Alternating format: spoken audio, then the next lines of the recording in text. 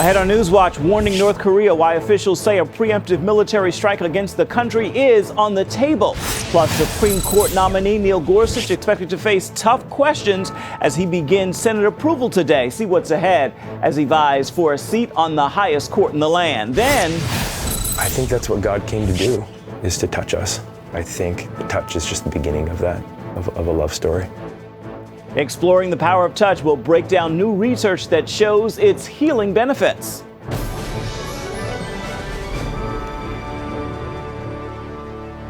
Thank you so much for joining us for CBN NewsWatch. I'm Ephraim Graham. Today, FBI Director James Comey and NSA Director Michael Rogers will testify at a hearing on Capitol Hill about Russian interference into the U.S. presidential election.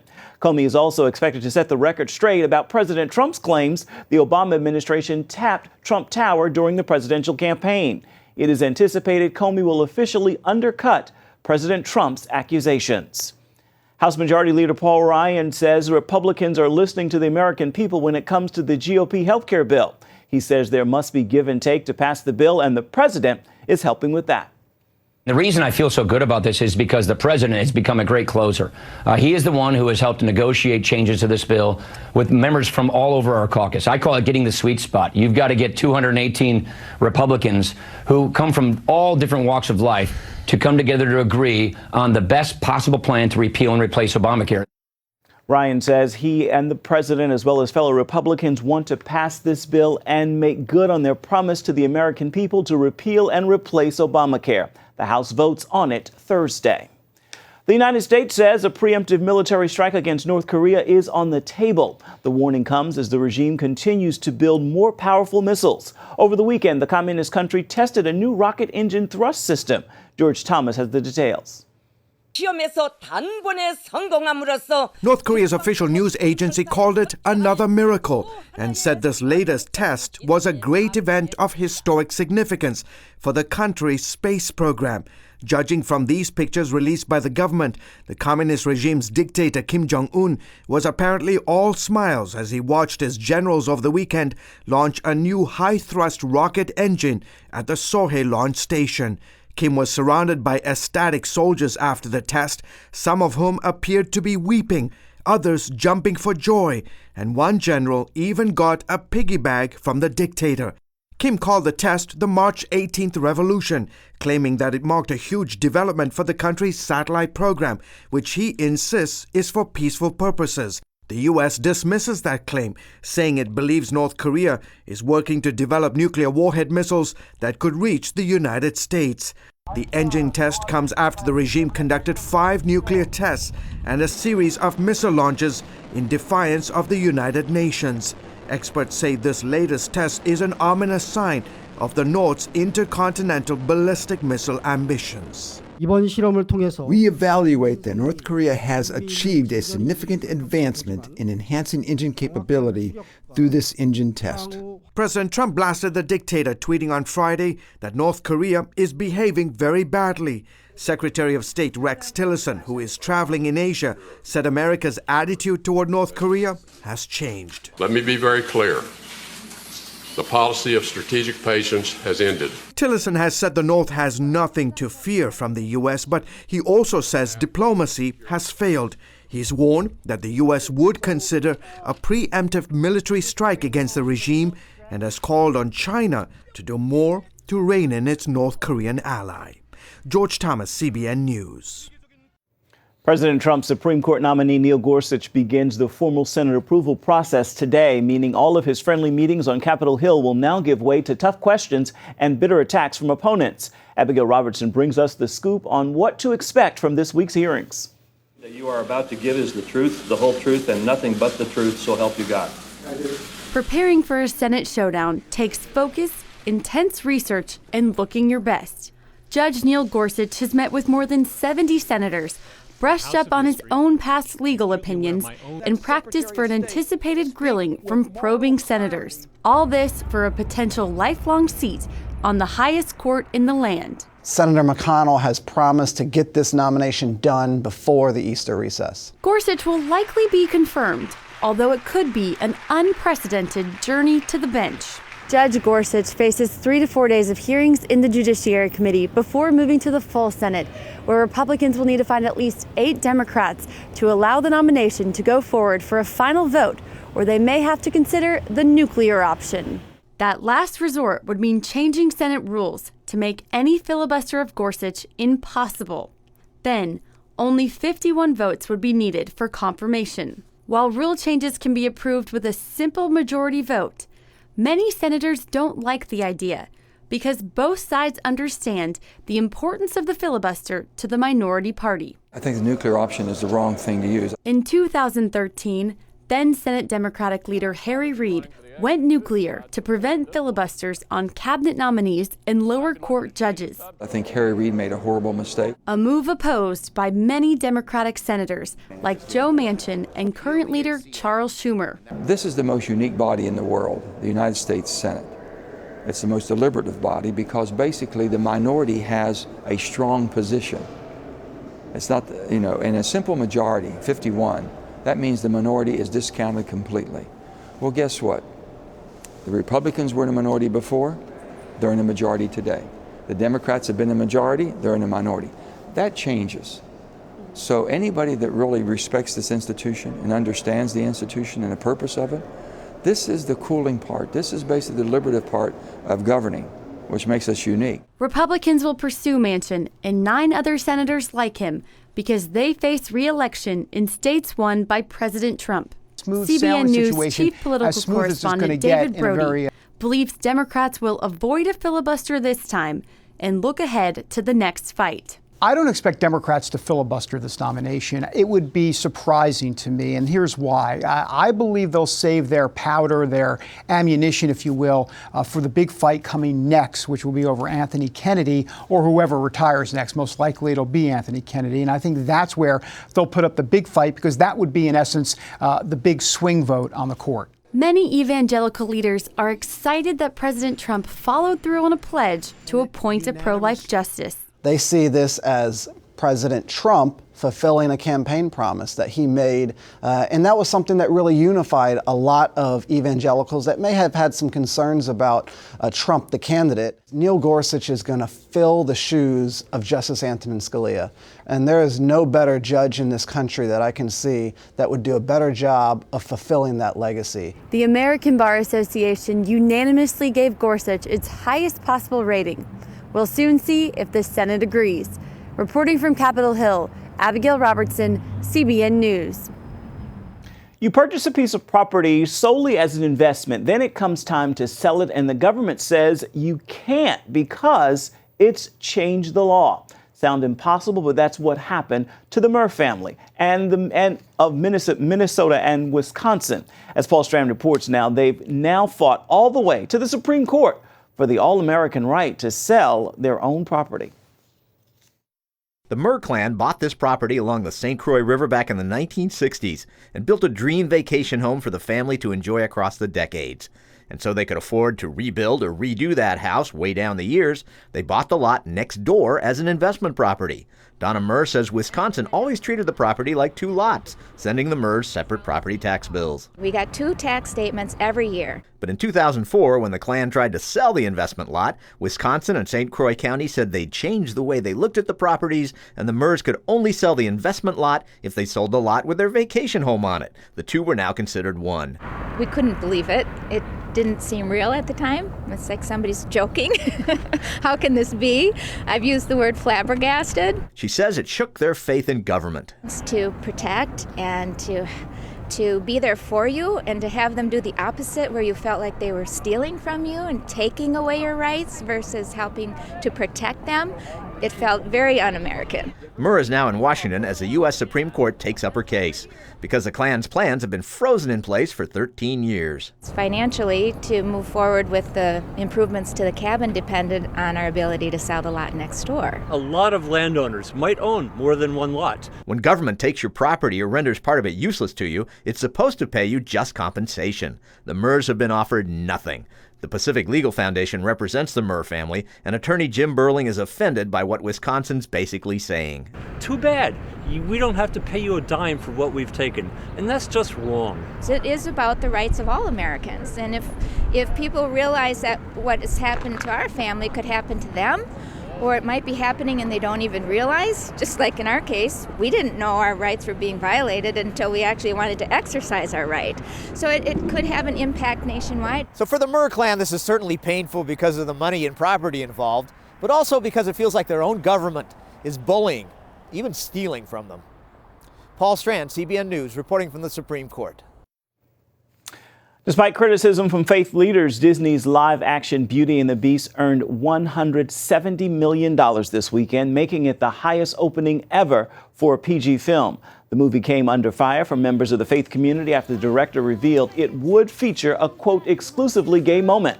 Some parents decided to boycott the film, while others told CBN News they would use it as a teachable moment.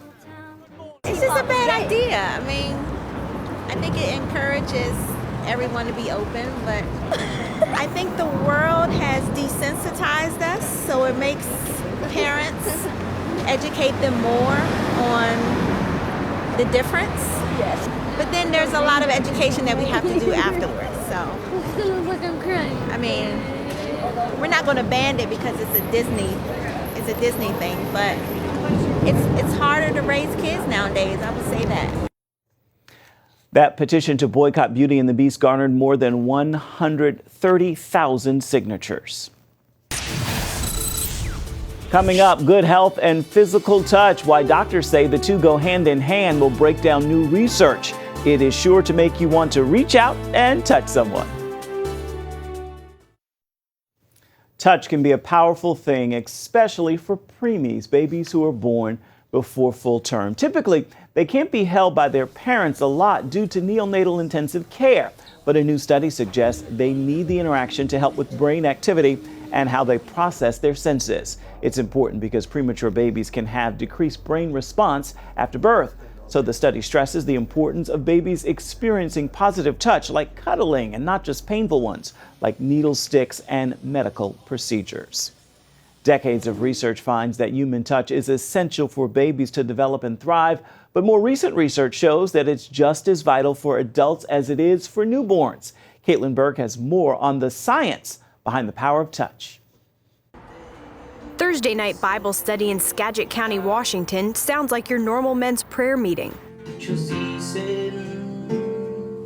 The laying of hands isn't unusual, but it took these men some time to be comfortable receiving God's love through touch.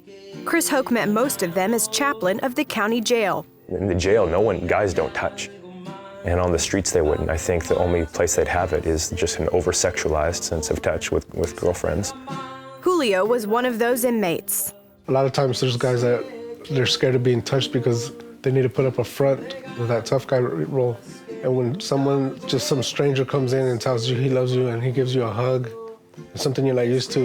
It's a feeling that you feel that somebody cares about you. It was surprising how much guys wanted a hug right when they came through that door. Just boom, they'd want a hug. And some guys would say, sometimes I come just to get my fix. I saw how much there's a hunger there for it, if it's healthy. If you want to hold it. So why this hunger for touch? According to neuroscientists, our brains are programmed for touch. There is a whole array of compounds that play together in order to allow touch and social interactions to affect our brain. This is the hypothalamus right here. The hypothalamus area of the brain produces oxytocin, which is released upon positive touch. That compound can reduce fear and increase trust. For many of these men, positive touch played a huge role in their healing and growth. But then one day the jail instituted a no-contact rule. Inmates were allowed only what they called a business handshake, and chaplains were told to reject anything else.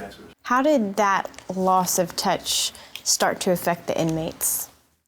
At first, to me, it seemed like the guys almost became more violent. It seemed to me, especially in those first few weeks, that more fights were breaking out, as if they were swinging for some kind of contact. Dr. Aravich is not surprised at this reaction. The lack of touching causes all kinds of changes in brain development and brain organization. In the mid-1900s, Dr. Harry Harlow found this in experiments where he deprived monkeys of physical contact from birth. The results were heartbreaking.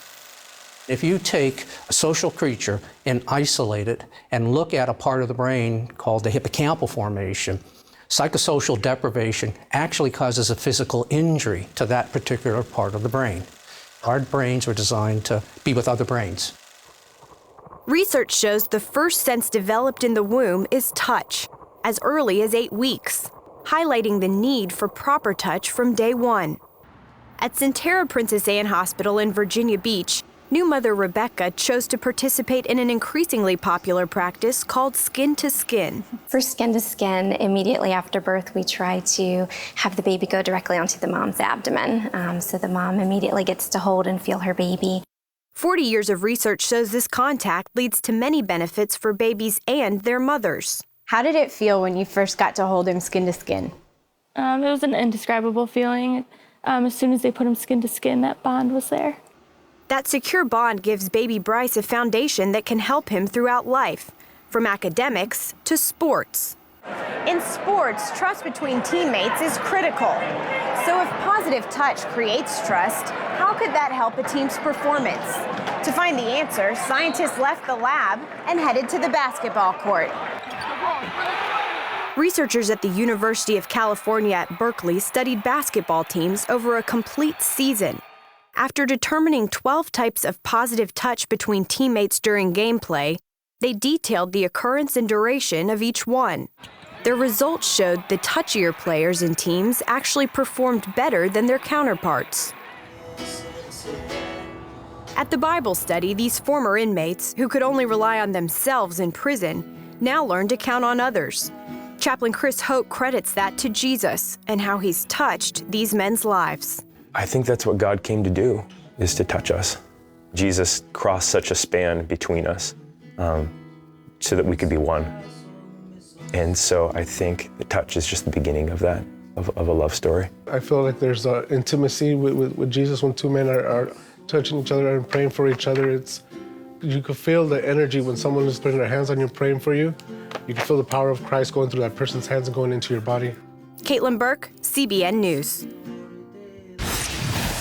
Up next, restoration in the Holy Land, an exclusive look at renovations to the church in Jerusalem, where many believe Jesus was buried and raised from the dead.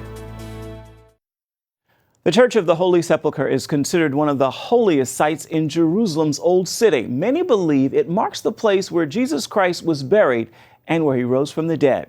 CBN News got a rare behind-the-scenes look at a long overdue restoration going on inside the church. Here's CBN News' Chris Mitchell. It's called the Edicule, a structure built over what many believe is the burial place of Jesus.